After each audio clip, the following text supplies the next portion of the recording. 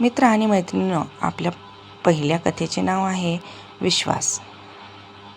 विमलाताईंच्या गुडघ्यामध्ये वेदना होत होत्या, त्यामुळे त्यांना चालता येत नव्हते. त्यांच्याशिवाय त्यांचा मुलगा सतीश, सून रूपा आणि नात आयशा घरात राहत होते. सतीशच्या लग्नाला 6 वर्ष झाली होती. गेल्या 5 वर्षापासून विमलाताई संपूर्ण घरची काळजी घेत होत्या. त्या घरातील प्रत्येक वस्तू स्वतः ऑर्डर करत होत्या. त्यांची मुलगी आणि सुना कधी त्यांच्या कामात हस्तक्षेप करत नसत. विमलाताई घरात अगदी रुबाबाने राहायच्या. सतीश आणि रूपावर त्यांचे पूर्ण नियंत्रण नसायचे.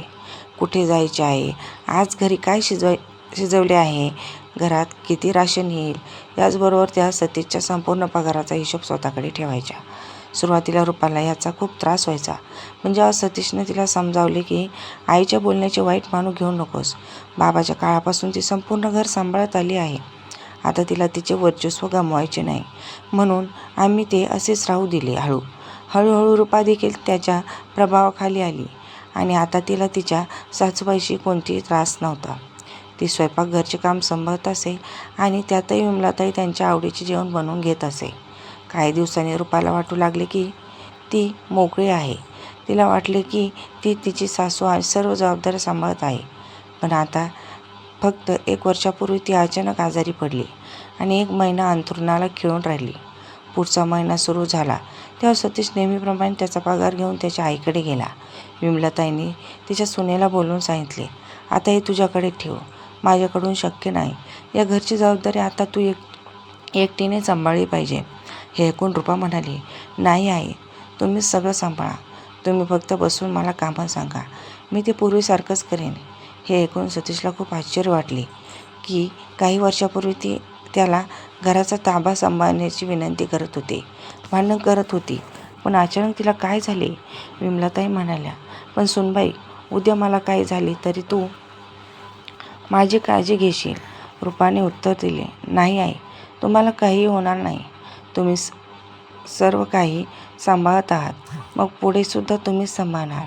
त्या दिवसापासून विमलाताईचा स्वभाव बदलला. त्या दिवसापासून सुनेला त्यांची मुलगी मानू लागल्या.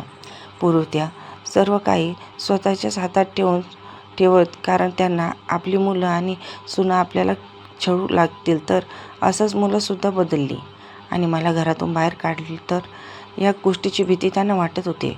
रूपा पूर्वीसारखी तिच्या सासूची आवडीच्या भाज्या शिजवायची. ती स्वतः घरातील वस्तू खरेदी करायला जायची, पण परत आल्यानंतर ती तिच्या सासूला प्रत्येक पैशाचा हिशोब द्यायची आणि तशीच उरलेली रक्कमसुद्धा त्यांच्या हातात देत. एके दिवशी रूपा तिच्या वडिलांच्या घरी गेली होती. सतीश त्याच्या ऑफिसला गेला होता. दोघेही संध्याकाळी परतले. मग विमलाताईंनी दोघांनाही त्यांच्या खोलीत बसवले.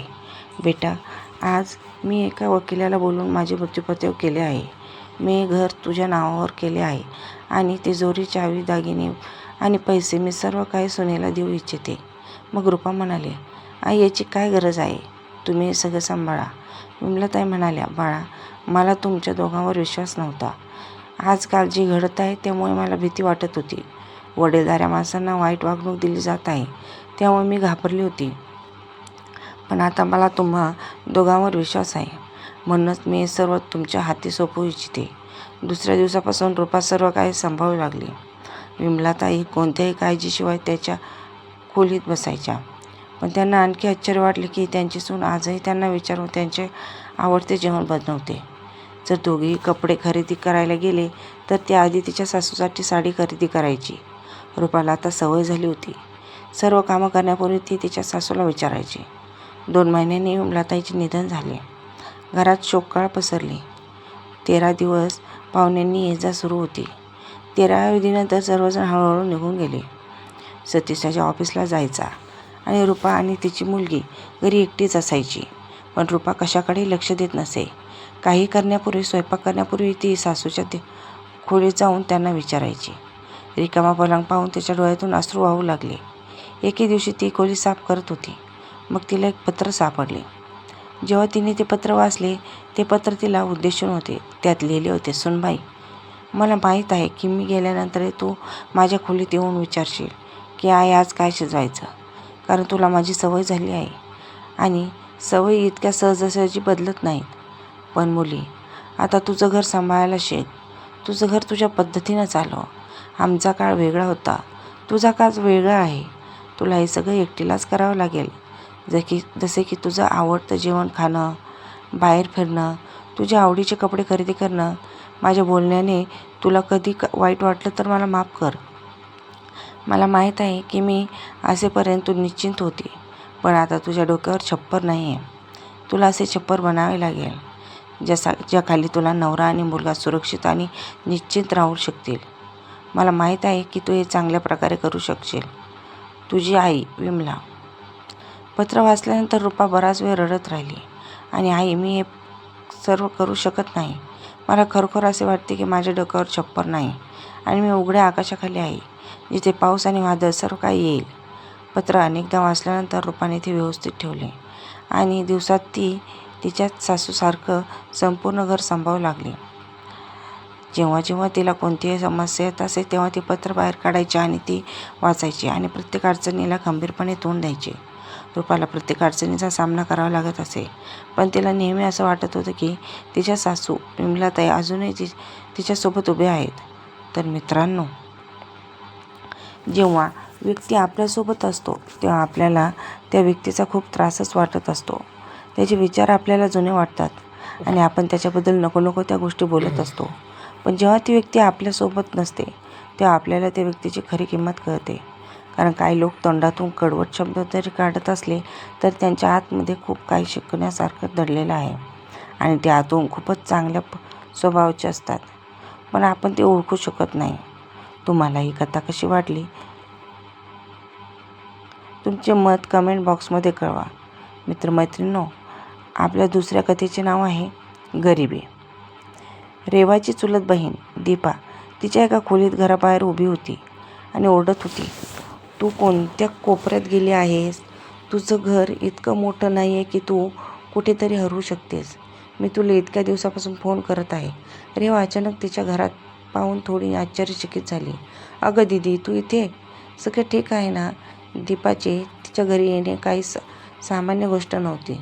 त्यांच्या जीवनशैलीत खूप फरक होता. हो हो, सगळं ठीक आहे. मी या मार्गाने आले होते म्हणून मी तुला भेटायला हवं असं वाटलं. तो आमच्या साध्या घरात कधीच पाऊल ठेवत नाही. रेवाच्या साध्या घरची पाहणी करताना दीपा व्यंगात्मक वाकड्या हास्यासह म्हणाली.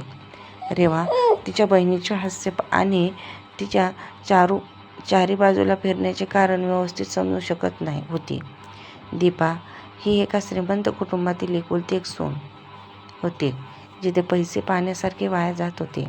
रेवा ही दीपाचे आईवडील दोघेही निम्न मध्यमवर्गीय कुटुंबातील होते, जिथे जास्त पैसे नव्हते, पण ते सहजपणे उदरनिर्वाह करू शकत होते. दीपाचे तिच्या नवऱ्यासोबतचे दुसरे लग्न होते. त्यांची पहिली पत्नी लग्नाच्या 3 वर्षानंतर कर्करोगाने ग्रस्त होऊन तिचे निधन झाले होते. त्या दिवसापासून तो संपत्ती आणि मालमत्तेपासून थोडा अलिप्त झाला. त्याला वाटले की जर पैसा त्याच्या प्रिय पत्नीला त्याच्यापासून हिरावून घेण्यापासून वाचू शकत नसेल तर त्याचे अस्तित्व असणे किंवा नाही काही फरक पडत नाही. दीपाला लहानपणापासूनच मोठी स्वप्ने होती, जी ती किशोरावस्थेत पोहोचताच हट्टीपणात बदलली. तिला माहीत होती की तिचे पालक तिच्यासाठी मोठे घर मिळवून देऊ शकत नाही. म्हणून जेव्हा एका दूरच्या नातेवाईकाने दीपासाठी हे स्थळ सुचवलं, दीपाने लगेच तिच्या पालकांना या स्थळाबद्दल होकार दिला. दुसरीकडे रेवाच्या घरची आर्थिक परिस्थिती फारशी चांगली नव्हती. तिने तिच्या भावासोबत काम करणाऱ्या आयुष्मान सोबत प्रेमविवाह केला होता, ज्यामध्ये तिच्या पालकांची संमती होती. त्यांना माहीत होते की मुलगा चांगला आहे, मेहनती आहे. नोकरी लहान असूनही आणि जास्त पगार नसतानाही रेवाच्या पालकांनी आनंदाने लग्नाला मान्यता दिली, कारण त्यांची स्वतःची आर्थिक स्थिती फारशी चांगली नव्हती आणि त्यांनाही समजले होते की त्यांची मुलगी तिच्या भावी आयुष्यात चांगल्या प्रकारे जुळवून घेईल. कुटुंबात आयुष्मान त्याची मोठी बहीण होती. बहिणीचे लग्न झाले होते. ती तिच्या सासरात व्यस्त होती. जोपर्यंत आयुष्मान एकटा होता तोपर्यंत ती आठवड्यातून किंवा 10 दिवसांनी तिच्या आईच्या घरी जात असे. पण रेवाशी लग्न झाल्यानंतर तिलाही आता तिच्या भावाचे घर स्थिरावले आहे याचा दिलासा मिळाला. जरी ती अधूनमधून येत असली तरी ती तिच्या वहिनीची टीका करण्यासाठी नाही तर प्रेमाचा वर्षाव करण्यासाठी येत असे.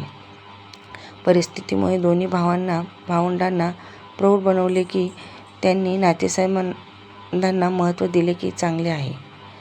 जेव्हा तिच्यासारखी रेवा त्याच्या छोट्या कुटुंबात सामील झाली होती, प्रेम आणि जवळीक येऊ लागली. अर्थात खोली लहान होती. एका खोलीसोबत स्वयंपाकघर, जिथे फक्त एकच व्यक्ती उभी राहू शकत होती. पण तरीही लग्नानंतर रेवाचा चेहरा उजळला होता. "कृपया मला पाणी दे रेवा, खूप गरम होत आहे," दीपा तिच्या साडीच्या टोकाने स्वतःला पंखाने हवा घेत म्हणाली. यावर रेवाने छताच्या पंख्याचा स्पीड वाढवला. पंख्याच्या जोरदार हवेने कपड्याचे तुकडे उडू लागले, ज्यापासून रेवा डोअरमॅन शिकत होती.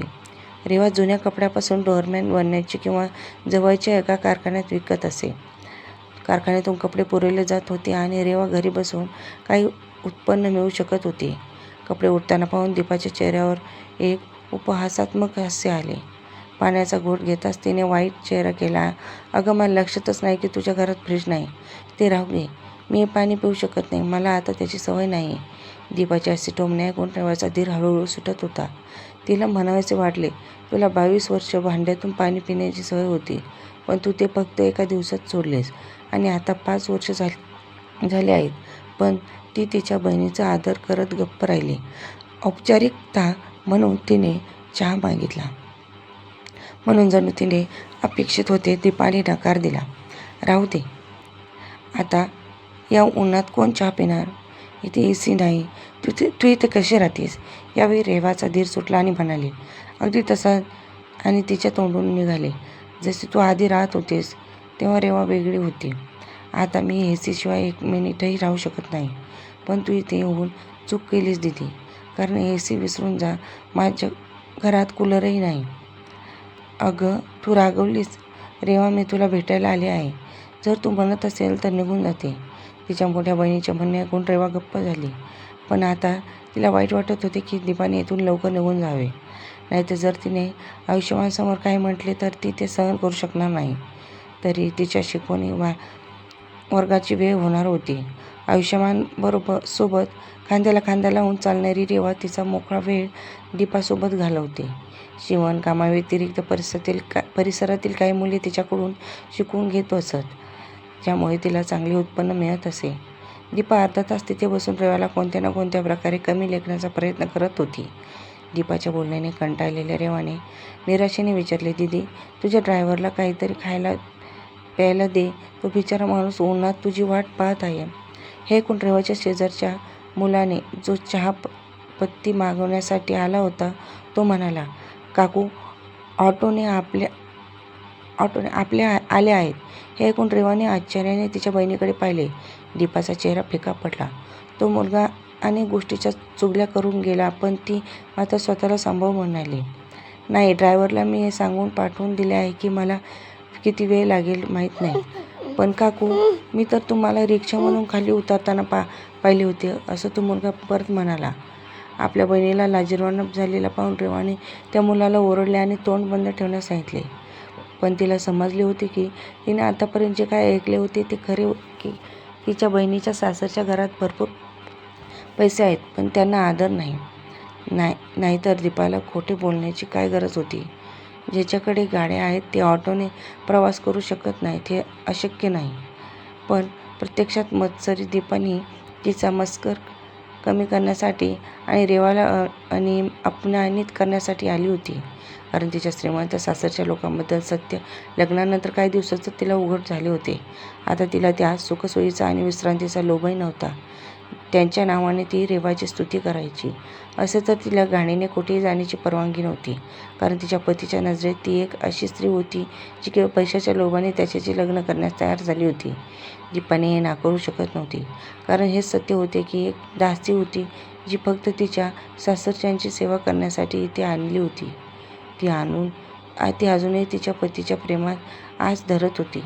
दीपाला हे देखील माहीत होते की रेवाचा नवरा तिच्या पायाखाली फुली पसरवीत आणि ती इथे पैशाशिवाय कोणी इतके आनंदी कसे राहू शकते पाहण्यासाठी आली होती.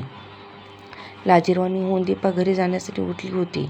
ती तितक्यात रेवाचा नवरा आयुष्यमान घरी पोहोचला. घरात प्रवेश करताच त्याने रेवाला हाक मारली, "हे बघ, मी तुझ्यासाठी काय बनवलंय. मशीन चालवताना तुझा खांदा दुखायला लागला ना, मी मशीनचे पाय आणि मोटरी आणली आहे. आता तुला शिवणे सोपे होईल." बोलत असताना आयुष्मानने दीपाला पाहिले आणि लाजून म्हणाला, माफ कर दीदी, मी तुला पाहिलेच नाही.